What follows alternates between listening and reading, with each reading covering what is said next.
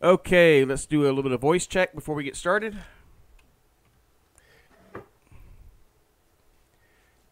And if you guys give me a little feedback.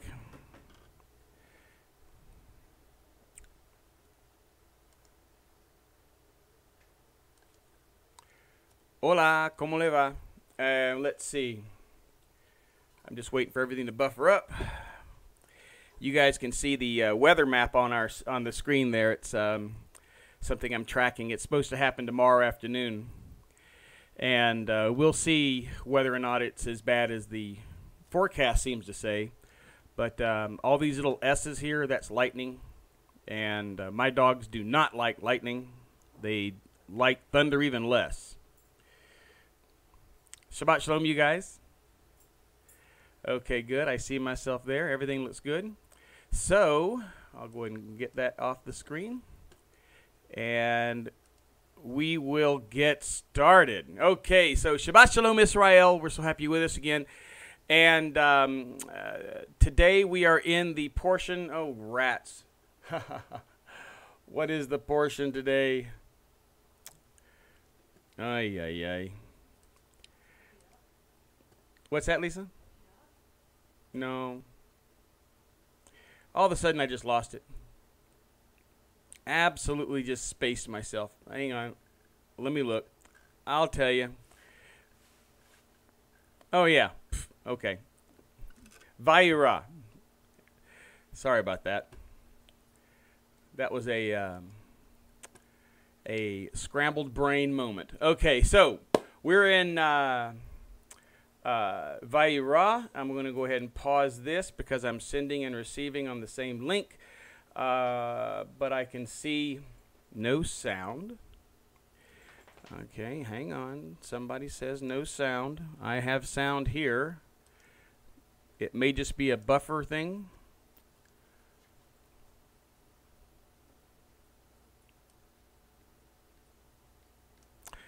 Let's see. Okay, yep, okay, good. Yep, so there is sound. Okay. Okay, so, and I'm going to pause that. So, now, low sound. Okay, no sound, low sound. One of the disadvantages to running Windows 10 on my notebook is that the, let me make sound go away. Sound. Well, it says no sound. How come I'm getting sound? Well, you guys will hear dings from time to time. Sorry about that. Where was I?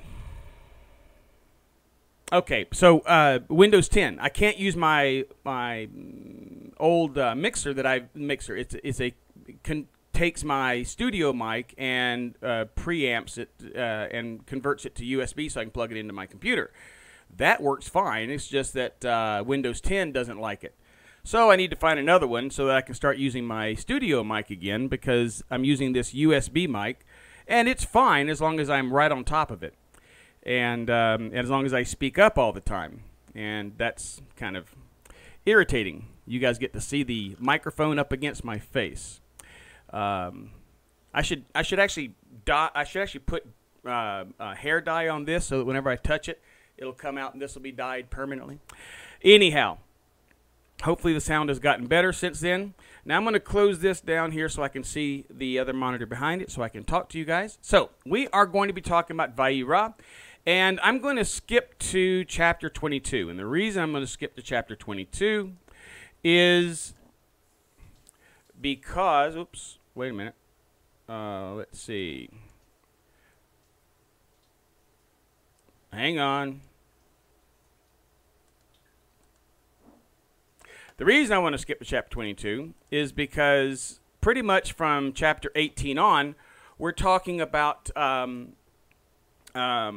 just a lot of the preamble as far as the going off to see Abimelech and spending time with Abimelech, and at the very beginning, and we'll touch this and we'll move on. We actually don't have a lot of information that's really not necessarily, it's not valid. A lot of people will take. And I have done it, and we will wax eloquent about a lot of the philosophical behind it. And yeah, sure. I mean, we still do it. All of us do it. We can hardly avoid it. But I really try to minimize that as much as I can, mainly because, all we have is the text. I can tell you what I think about the text, but we got to keep the text as pure as possible when we're talking about it. So a lot of the stuff that's in here, as far as Sarah laughing and, the some of the conversations that go on, and then the issue with Abimelech, some of that stuff's just, it's just not really something I'm interested in at the moment. So I'll touch it, but I'm not going to spend a lot of time on it. So starting off in chapter 18, again, as a springboard to get to 22, we see here, and the Lord appeared unto him by the terebinths of Mamre, as he sat in the tent door in the heat of the day. Now, the terebinths of Mamre, this is kind of an interesting statement because it identifies something about where Abraham is when we get to the Akidah, the Akidah, which is the binding of Isaac, that happens at a place called Mount Moriah or Mount Moriah. But there's a lot of things that I want to discuss concerning this. Now, number one, going back to Genesis chapter 12, we see that as Abraham leaves, we talked about this last week, get thee out of thy country, from thy kindred, and from thy father's house, into a land that I will show you. I will make thee a great nation, the beginning of our promise. And as Abraham gets to the land, he goes to where? And Abraham passed through the land unto the place of Shechem, unto the terebinth of Moreh, and the Canaanite was then in the land. So this is the land of the Canaanites. And he goes to Shechem, and he makes his place at the terebinth of Moreh. Well, we're in the same place. Now, Mamre is getting more specific within the place, but still this is in the same location, we are presuming, and there's reason for it. We'll get into it. That this land is really a land that's known for a people, and the Amorites. The Amorites, and we can, there's a lot of conversation within the scholarly about where it is. I'm going to put this up here real quick for you guys to see it.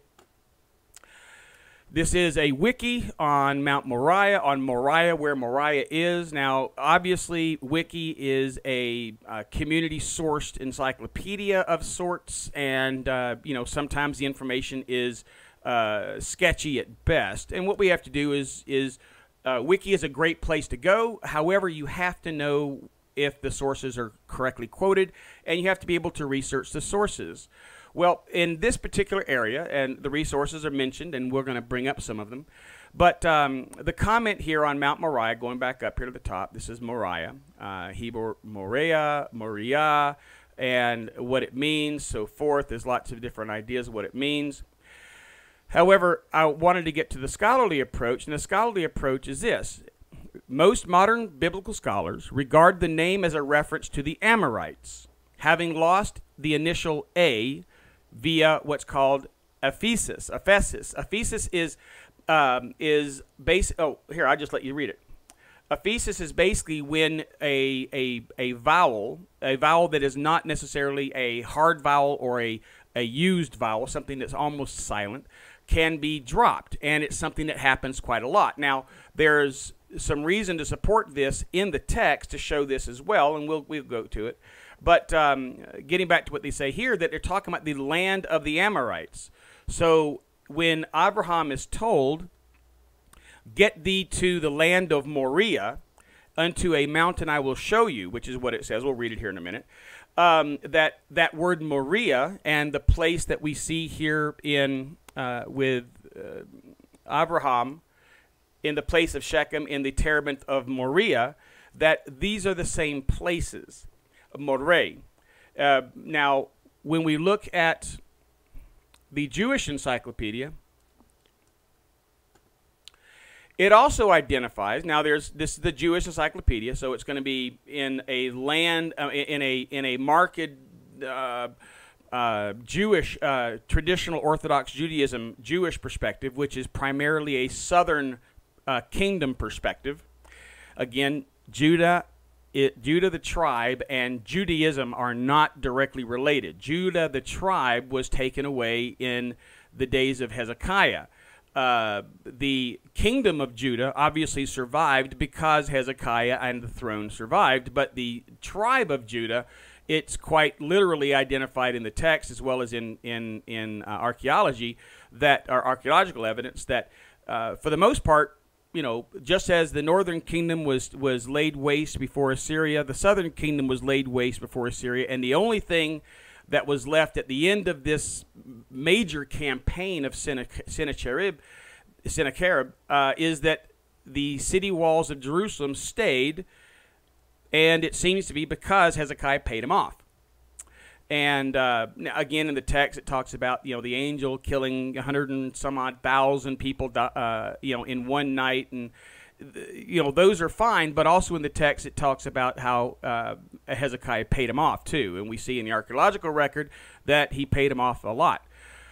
So, regardless, the southern kingdom was literally ransacked, with the exception of one city and one city alone, and that was Jerusalem. So all that was left after Assyria came through was the city walls of Jerusalem and those within, which were not just the tribe of Judah. It was a cross-section of all Israel.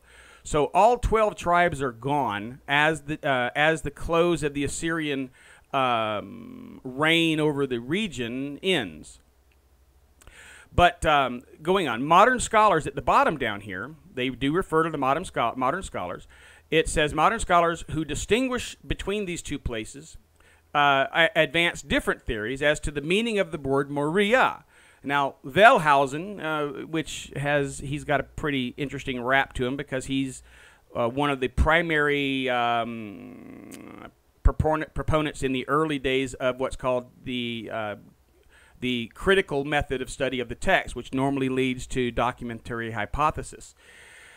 But anyhow, Wellhausen brings up that that Genesis is referring to the land of the Hamorites, i.e. Shechem, which we get into. We'll talk about that more in a minute.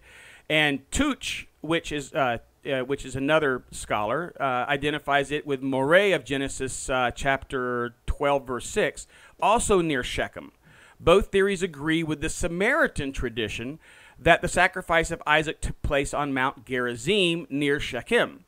So, and we're going to kind of go into that in a few minutes. But really what we want to talk about is where this is. So it seems that Abraham, he goes to a place called Shechem, and he settles in a place that is known for their terebinths of Shechem. Now, so chapter 12, verse 6, we're going to go to chapter 12, verse 6, and we get to Moriah. Okay, this is Moriah, or Morah, and that's what we have here. Now, this word, I don't have the Nikud to say what the traditional pronunciation is, but we are dealing with a word in its root, which is very similar to. Let's go to what 2 Chronicles uses. Oh, not that one. I have several things up to look at. Oh, this one. Nope, not that one either. So this one's got to be this one. Yes, okay. Now this is in 2 Chronicles chapter 3, verse 1. And when we look at this, it says, and Solomon built the house of God at Jerusalem. Now it is a Jewish traditional perspective that Mount Moriah, and Christianity follows this for the most part, that Mount Moriah is also the place where David built the temple, or Solomon built the temple in the threshing floor of Ornan the Jebusite. Now that's a traditional perspective. Within the text, it does also say that, obviously. Now, these texts, 2 Chronicles is attributed to really a Southern Kingdom authorship. There's a lot of these books that are Southern Kingdom authorship within the scholarly position, and some of that makes perfect sense. We'll talk about that in a second. But anyhow, it says here in the text, at Jerusalem in Mount Moriah. Now, again, I believe there's a southern position that's been imposed upon the text here. I want to look at just the word Moriah, and we see here that this is Ha-Moriah, or Ha-Moriah, and this Ha could be the, because sometimes it's the, but also it's used in the word Hamor, which is a guy's name, which was also the king of the land in Genesis 34 when Jacob comes through and visits Hamor the Hivite. Now, Hamor, now this is later. This is obviously, we've gone through Abraham, Isaac, and now Jacob. This is Jacob we'll be talking about here in a couple of weeks. But this Hamor is the person known as the king of the area, or involved with the royalty of the area, the prince of the land. Now, some would argue that this Hamor is a tribal title or a leadership title, representing Hamor being who is one of the sons of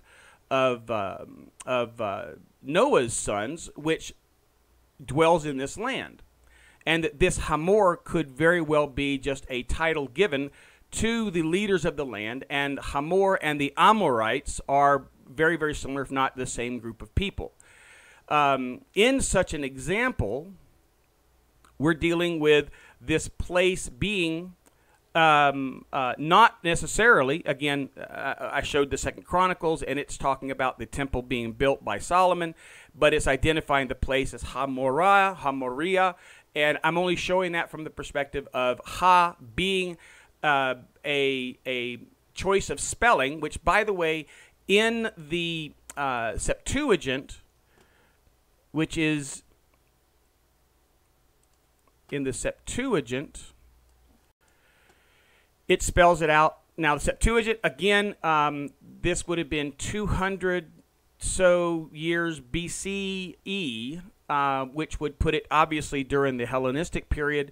But you know, the Samaritan text, the Pentateuch, has a different form of the word, and it says, Solomon began to build the house of the Lord in Jerusalem in the Mount of Moriah, which, as opposed to the Hebrew that I showed you here, it's Ha-Moriah, which is not the Pentateuch, not the Peshitta, not the Greek text, the Greek copy that was made in 200 or so BCE.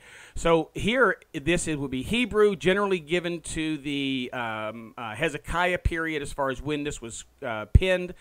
Maybe later, maybe sooner, who knows? But we see a progression to the Peshitta text, where it goes from Ha-Moriah to Amoriah, which would be also supporting of what I mentioned earlier concerning the,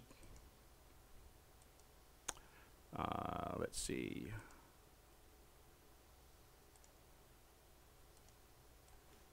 this particular feature in language over a period of time, aphoresis.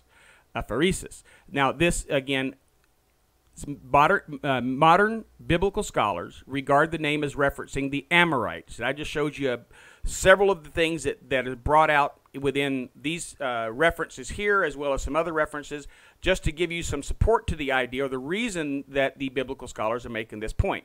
So, and I showed you the Peshitta, which is part of the Septuagint, which was obviously the first 5 books, the Pentateuch, were attributed to basically 300s BCE, and then the rest of it, which the Pentateuch was at least traditionally understood as being translated into Greek by Orthodox proto-Jewish sources or leaders, and then the remaining sections of the Tanakh were translated by Greeks who were not necessarily of the proto-Jewish perspective, and there's always questions about the second part of that, or the second translation of that. However, we are dealing with that section in 2nd Chronicles, which would have been given to the Greek translators, and their translation brings about a version of the text in Hebrew, which is not necessarily maintained by Jewish sources since then.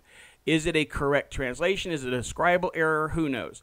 But in relation to the other things we've brought up, it does seem to fit that there's some changing of the word over time, and that there is a reasonable assumption that can be made that we're dealing with the land of the Amorites, and if so, it would be the place where Abraham most likely built his first temple when he altar when he entered the land. And it's this altar that God tells Moses to go and bring the tabernacle to and set the tabernacle at.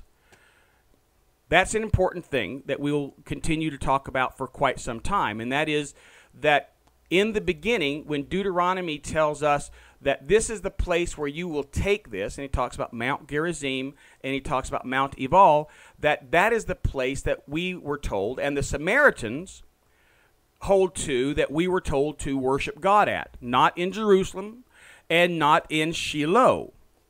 Now, one of the things, again, we're going a little bit off the course, but this is important, that when we get to the terebinths of Mamre, or the terebinths of Moriah, or Hamor's land, or whatever we want to lend it to, but in this same area where Abraham goes, he builds an altar, and he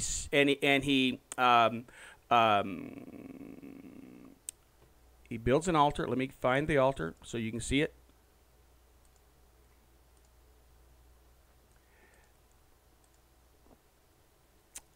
Sorry. Well, let's go back to 12. I'll do it the hard way. There. So pass through the land of Shechem, unto the terebinth of Moreh, the Canaanite was in the land. This is where he built an altar. Unto thy seed will I give this land, and he builded there an altar unto the Lord who appeared unto him. So this is where he first builds an altar.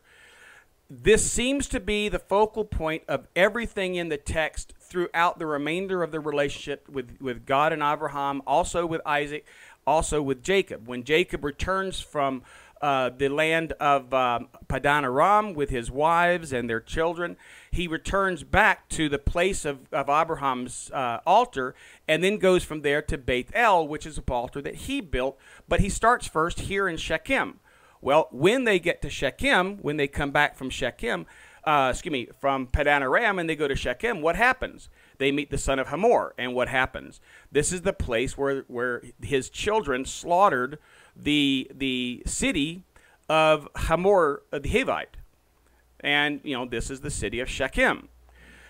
This is the same place where God tells him to go back and place the temple, the tabernacle, when he says, you will do this on Mount Gerizim, and you will build an altar there, and this is where you will worship me. The Samaritans, okay, I'll hold off on the Samaritans, and I'll get back to where we are here.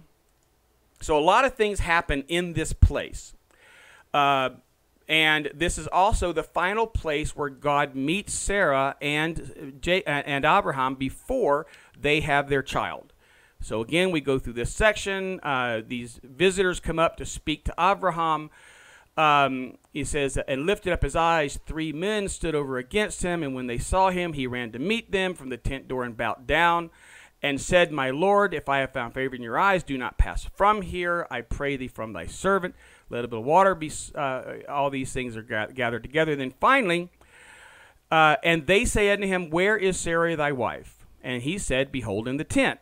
And he said, certainly I will return to thee with the season come round, and lo, Sarah thy wife will have a son. And Sarah heard in the tent door which was behind him. Now Abraham and Sarah were old, well stricken in age. It had ceased to be with Sarah after the manner of women. And Sarah laughed within herself and said, I am waxed old. Shall I have the pleasure, my Lord also being old? And the Lord, okay, now, and the Lord appeared unto Abraham. Now, there is no indication anywhere in here who is speaking other than these men who are speaking. Now, all of the sudden, in verse 13, it says, and the Lord, Hi Elohim, said unto Abraham, why did Sarah laugh? So none of the guys said this. The Lord said this. So far, the people in this story are Abraham, Sarah, the servants around, and these 3 men. So now, in verse 13, we have God speaking. Within the text, there is no definition that any one of these 3 are God. Now, when we get to Lot and Sodom and Gomorrah, where we have these men that are speaking to Abraham and again to Lot later, again, we can define that the men are speaking in some places, and then at some point, God speaks. So again, the Lord says, shall I hide? And then God speaks, and then Lord said, verily I say unto you, Sodom and Gomorrah is great. I will go down now and see. This is the only time we have any indication that the men might be involved with I will go down, because the men are the ones that go down. And the men turned from thence and went to Sodom, but Abraham stood before the Lord. Okay? Here, what is this word? Look in the Hebrew. Did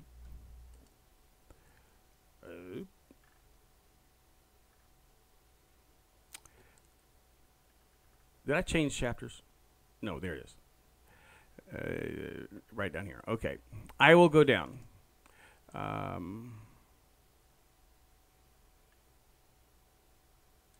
There. Verse 22. Sorry about that. So down in verse 22, he says he stands before Yehovah.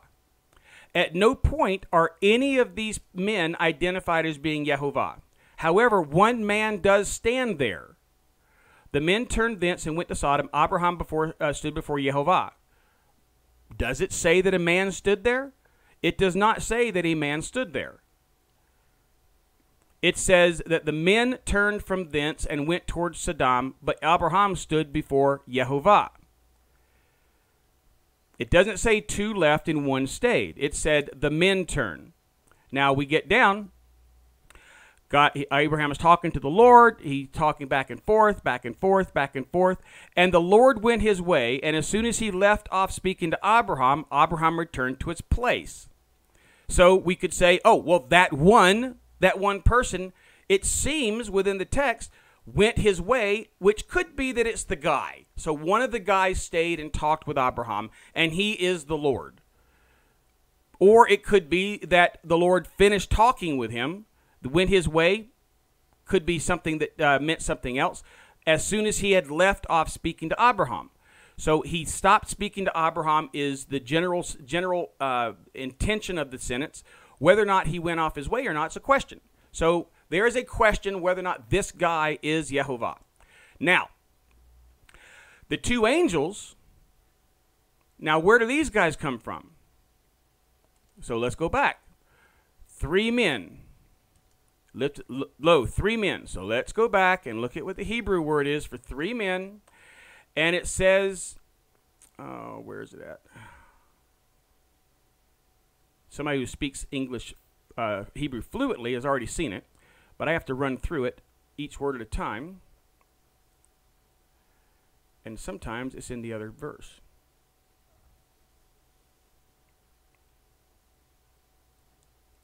Great.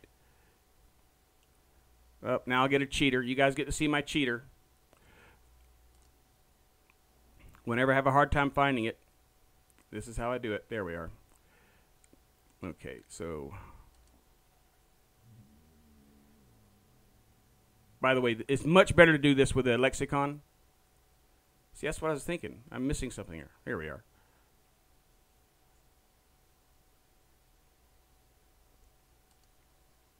See, now, if I edited these things here before I set them up, you guys would never see me going through and finding this. But it gives you an opportunity to see how I do it.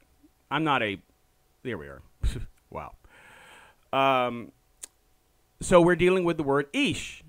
So this word ish would mean what? Men. Now, what is the word for angel? We go to word for angel. That word is going to be what?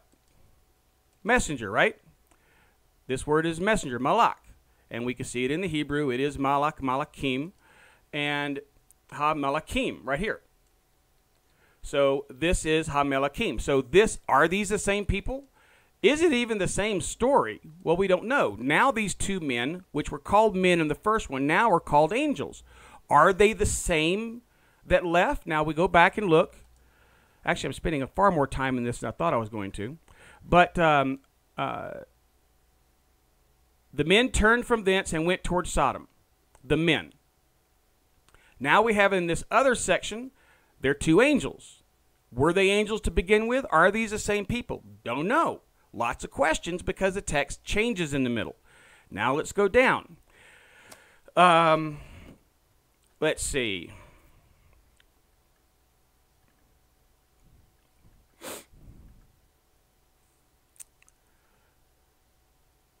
And they called to Lot, where are the men which came in this night? They wanted to kill them. They were men to their eyes. Lot put him outside, stand back. Lot says, there's nobody else. And the angels hastened Lot, says, arise, take your wife. Now, they say, because the Lord will destroy. But he lingered and said with his two hands, and the Lord being merciful on him, they brought him forth out of the city. So who is dealing with whom there? It says, it came to pass when they brought them forth, and it said, escape for thy life, look not behind thee, neither stay in the plain, escape to the mountain, lest you be swept away. And Lot said, not so, my Lord. So who is he talking to? Let's go look here. In 1918, it says, Elohim. Now, is this God still, or is this he's talking to them as their masters? Well, it can go either way. But he's referring to them in a position which Christianity would refer to as being godly. So now, are these angels, one of them, God as well? There's a lot of questions here. We can say two things that would make some reason. One is that one of them was God, and the other two were just messengers. Or we could say that none of them were God, and God just speaks to them with someone nearby, as for whatever reason that one stayed behind because two left, it seems, even though it doesn't say two left, it says all of them left. But then it says that someone went his way, so it's possible that there is a third person who stayed behind with Abraham, but it's also just as possible that God spoke with Abraham completely independent of any of the men, because here none of these people are identified as speaking when God says, is anything too hard for the Lord? The Lord said to Abraham. None of these things came about from what the men were saying. So it's very possible, and I would assume that the story is supposed to be understood, that God spoke. These men were just there as going to see what was going on. God, brought them in to do this. I don't know the reason. It's just a story. That's why I don't want to spend much time in it, because there's not a lot of great things for us to worry about, because most of it is just a lot of speculation. What does it all mean? But when we get to where so let me real quick touch Abimelech. So Abraham and Sarah are old, right? Stricken in years. She has ceased in the way of being with child. So why is it all of a sudden that Abimelech wants to take her to be his own? So are these stories actually supposed to be in the order that they're in? So ultimately, I just didn't want to spend much time on it. Anyhow, it came to pass after these things, chapter 22, verse 1, that God did prove Abraham, and said unto him, Abraham, and he said, Hineni, here am I. And he said, take now thy son, thine only son, whom thou lovest, even Isaac, and get thee into the land of Moriah, or land of Amoria, or Hamoria, which it could be any of those, but it's the land of Moriah, not the mountain of Moriah. And the land of Moriah up to this point is more associated with Shechem. So it is my guess that he is taking him to a prominent mountain in the area of Shechem. And the most prominent mountain in the area of Shechem is Gerizim. That's where God placed his altar whenever Israel entered the land. This is where many things have happened in the area of Shechem. And so definitely in the region of Shechem, in the life of Abraham, has been a primary location. And throughout the rest of the time of Israel, before Eli in the book of Joshua and in Judges, primarily in Joshua, that Eli seems to have had a spat with with those who served God at Mount Gerizim, and Eli basically created a faction which separated from Gerizim and created what we call Shiloh. And Shiloh is basically where he created a complete replication of what was given to what God had told the people that they built in Gerizim, and he built the same thing down in Shiloh. Now, this is where the Samaritan group separates themselves from Judaism, because the Samaritan group have for some time, as a matter of fact, there's a reference in the Dead Sea Scrolls. Now, this would have been, again, during the Hellenistic period through the Roman period that these scrolls would have been collected and written primarily. And that in those scrolls, there are mentions of people, and one such mention is hopes. There's comments about the hope that the northern tribes will return to the land of Joseph. The Samaritans primarily associate themselves with the tribe of Joseph, specifically Manasseh and Ephraim, and that's where the Samaritans come from, and that they have always been the faithful ones of Moses, and that this, again, the Dead Sea Scrolls, which would have been 700 years after the Assyrian campaign against the northern kingdom as well as the southern kingdom, and here, this is after the southern kingdom has already returned from Babylon. They've gone through the Ezraic, the revitalization of the people through Ezra and Nehemiah and onward, and that during this time, during more close to the days of Jesus and so forth, that we see that the comments were made that the hopes of the northern tribes would return to the land of Joseph. So the northern tribes being, it's either talking about all Israel returning to the northern kingdom, or talking specifically of those tribes in the north that are of the land of Joseph. And it says that the current dwellers in the north, again, the land of Joseph, are referred to as fools and an enemy people. Never refers to them as strangers, foreigners, or goyim or anything. I would assume that these are the Samaritans. And it says that they not only mocked Jerusalem, again, because David stole the function of the northern kingdom that had been going on for generations through violence and force, and took it down to what Judaism calls Mount Moriah, the threshing floor of again, you can see why Judaism, or not Judaism, the southern kingdom's perspective being implied on the text would support that this is Mount Moriah, where actually in the text some of the things we've already talked about really does point to Mount Moriah being in the northern kingdom, if not specifically at Mount Gerizim. But it goes on to say that the Samaritans mocked Jerusalem and built a temple on a high place to provoke Israel.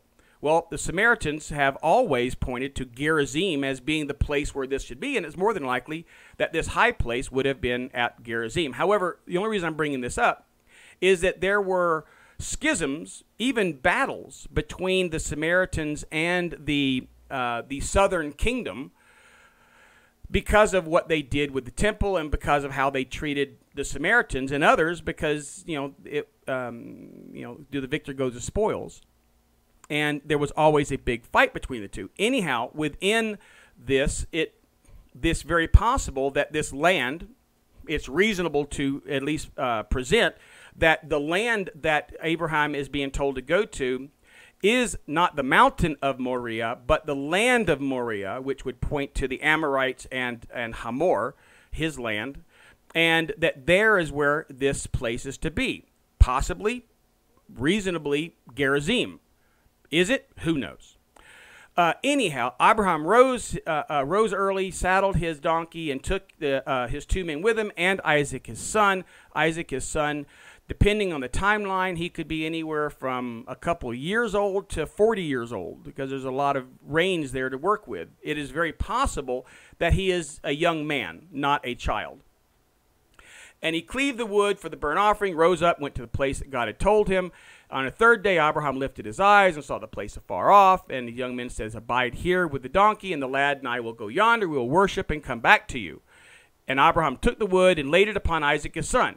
Number one, you're not going to have some little kid carrying a bunch of wood up a mountain. So, again, more than likely, this is a young man, not a child. He took in his hand the fire and the knife. They both went up together. And Isaac spoke to Abraham and said, "This is one of the most important things that it goes on in the history of Christianity, as far as them trying to find reasons or places to anchor their doctrine. And that is that Isaac spoke unto Abraham his father and said, here I am, my son. And Isaac said, behold, the fire and the wood, but where is the lamb for the burnt offering? And Abraham said, God will provide himself the lamb for a burnt offering, my son. And they both went up together. That verse right there is really the verse that drives Christians to the point of hysteria, that we can't see it. You know, that Jews can't see it. You guys are blinded to the truth. Scales over your eyes. But that's not what the text is dealing with. Number one, Christianity says that the binding of Isaac, the sacrifice of Isaac, is a picture, is a type and shadow of God sending his son, his only son, to die for the sins of the world. Well, number one, there is no indication anywhere in this text that this is an offering for the atonement of any sin whatsoever. That is a major piece of this. Number one, because if it's going to be a type and shadow, there has to be something that matches, something that works together, not just some similarities. The core of the Jesus perspective is that all the world has sinned and come short of the glory of God. That is never presented in the Torah. Not from Genesis to Deuteronomy, never once is it ever presented that the nations are ever held to account for anything that is given to Israel as a sin. The Ten Commandments given to Israel for them to use in the land that he is giving for them to possess, the land that he promised to Abraham, that all this is related to. So this very event of God sacrificing his son has nothing to do with atonement for sin. So if the Jesus perspective or the Jesus narrative is to be found in this as a type and shadow, then Jesus has no reason to die for the sins of the world. It is a test of Abraham's faith. Abraham's faith in what? Well, it says here,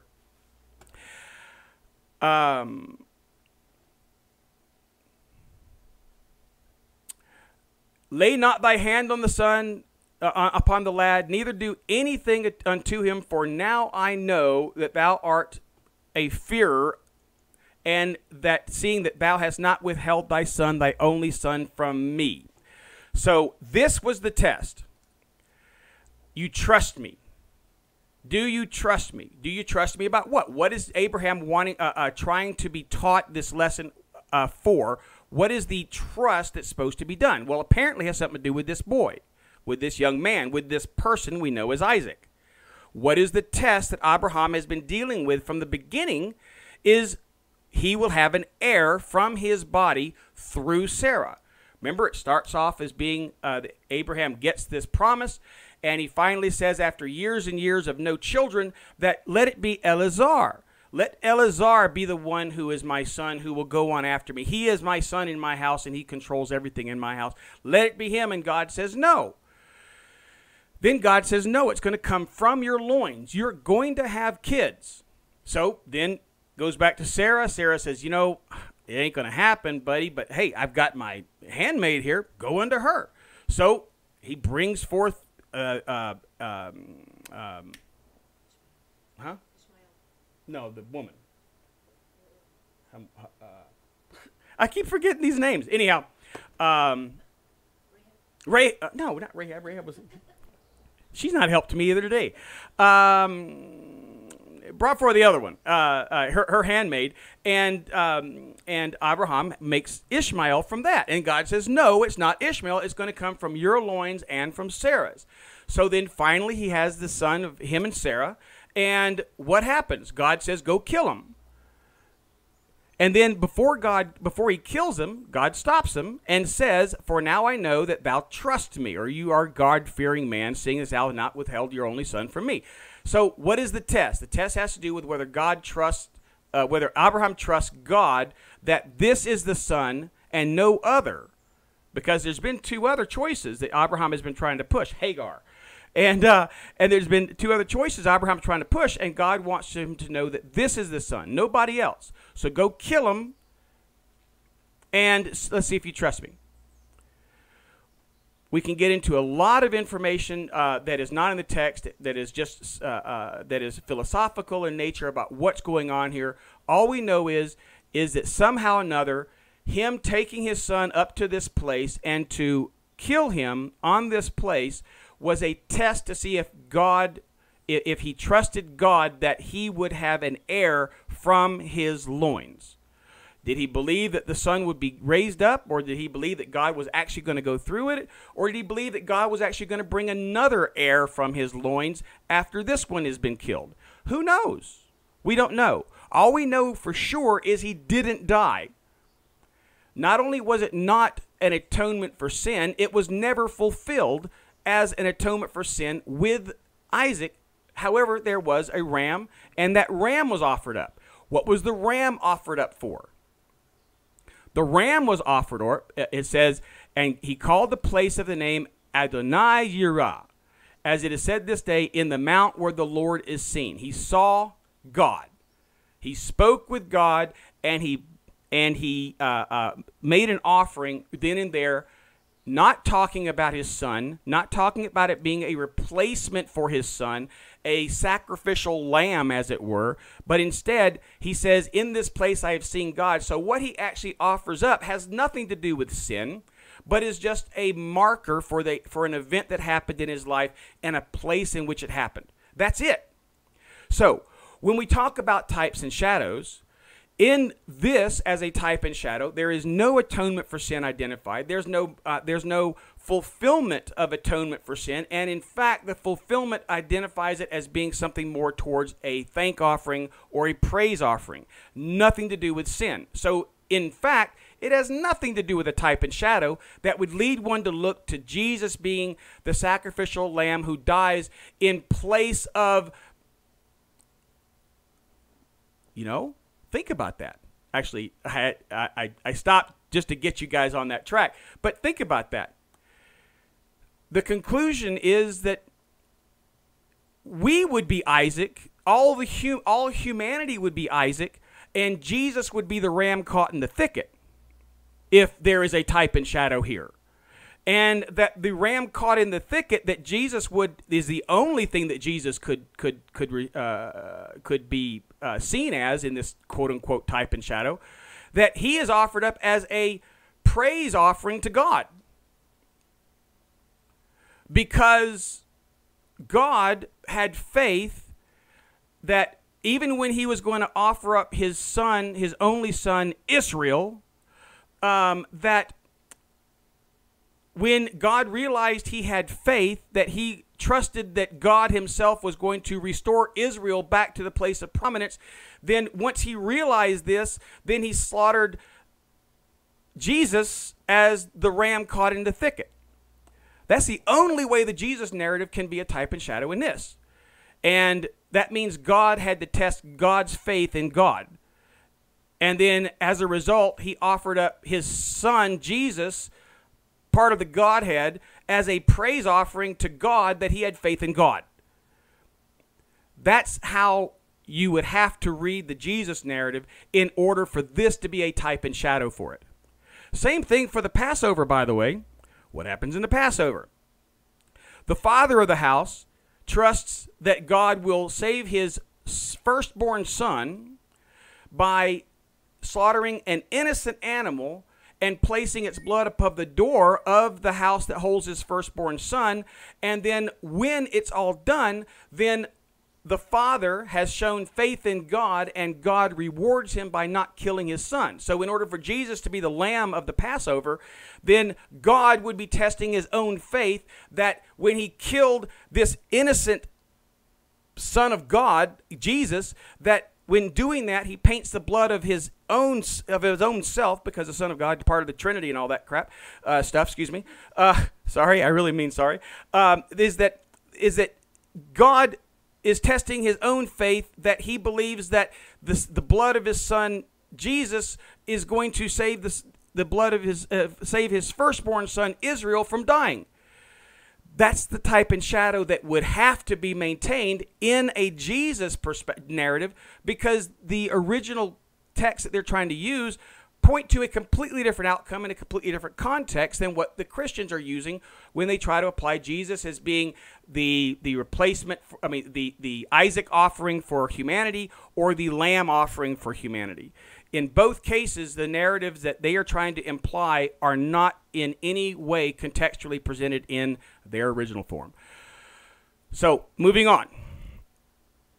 Ultimately, at the end of all of this, Abraham is rewarded with a son named Isaac. And during the ending of the story, we see that Isaac has a new lineage in his family that he can go and get a wife from. And this is where we get to Rebekah. And we'll see Rebekah soon, in next week and so forth. But here we see the transition from the promises that God has made to Abraham to now we have a seed. That seed is going to be joined with Rebekah. And Rebekah brings us who? Jacob. And we'll continue the story next week. But this is, again, I believe, important to us primarily from the perspective that in these texts, all of this happens not in Jerusalem, as Judaism would want us to present, or Christianity would want us to present, but I believe more than likely all of this happens near or around Shechem, and probably near or around the Mount Gerizim. And that this area, as we proceed through Torah, this area, Shechem and Mount Gerizim, will be the center of all of the Mosaic activity of Jerusalem, of Israel, until Eli, when he moves it to Shiloh, and then subsequently David, who removes it and moves it down to Jerusalem. But until that time, we see that this place, Moriah, Amorea, Hamorea, Shechem, for all practical purposes, that this is and is continued to today being the place of preeminence within those who are called Samaritans. I am not a proponent of the Samaritan culture, but they do seem to have a perspective on the text which matches best the Torah. Again, nothing about Judaism.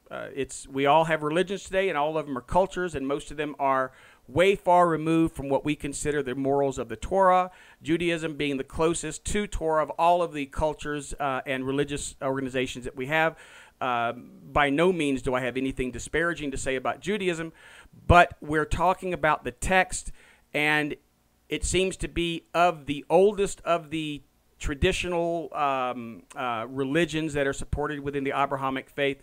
The Samaritans seem to have the best handle on everything up until David comes in by force, by the way, subdues the northern kingdom and takes away the tabernacle.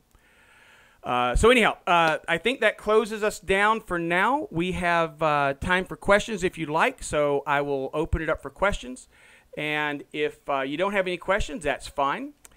We can close it out, and we'll be happy on our day. For those who are interested, we have a whole lot of rain coming on Sunday, and we would really appreciate some thoughts. I do not have an expectation that God will ever really pay attention to my prayers. Why? Because in the text, those things, the answering of prayers comes as a result of Israel and the land, and that's where the blessings are supposed to flow. But it would be nice, it would be wonderful, it would be a blessing to me if God answered a prayer. But again, that doesn't mean God doesn't answer your prayers. I'm just saying I don't have expectations of it, and it doesn't take away from God for me. But what I'm asking is, if you guys just keep us in your mind, because this storm tomorrow could be really, really nasty. And we have a lot of things that we're doing outside tomorrow, so we don't want anything to happen to the animals or to us with all these lightning strikes. But anyhow, thank you all very much. I'm going to mute myself for a few minutes and give you guys a chance to ask any questions or get any questions ready. and then I will be right back, okay? So be right back.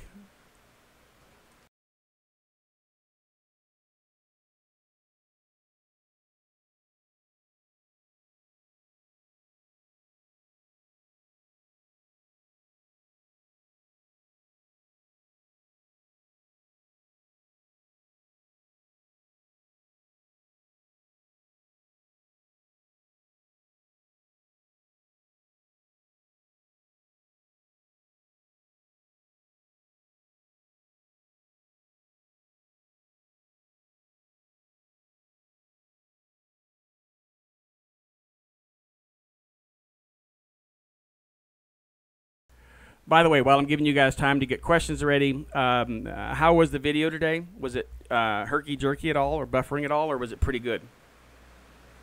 The rain's coming really loud, so I'm muting my mic so you guys don't hear it.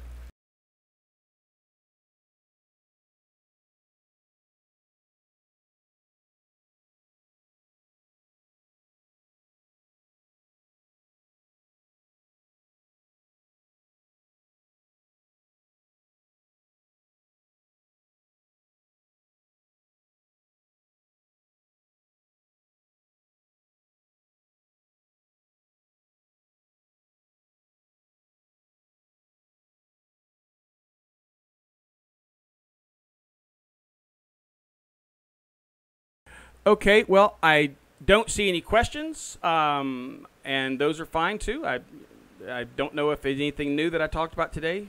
Most of you guys that are in the room at the moment, you guys have been around for a while, so you've heard most of this. I'm glad to see that video was good there. And listen, it's getting really loud rain here, so I'm going to have to let you go because you won't be able to hear me much longer. So I'm going to say Shabbat Shalom, Shavua Tov, have a wonderful week, be blessed, and we will speak to you again very soon. Shabbat Shalom, you guys. Bye-bye.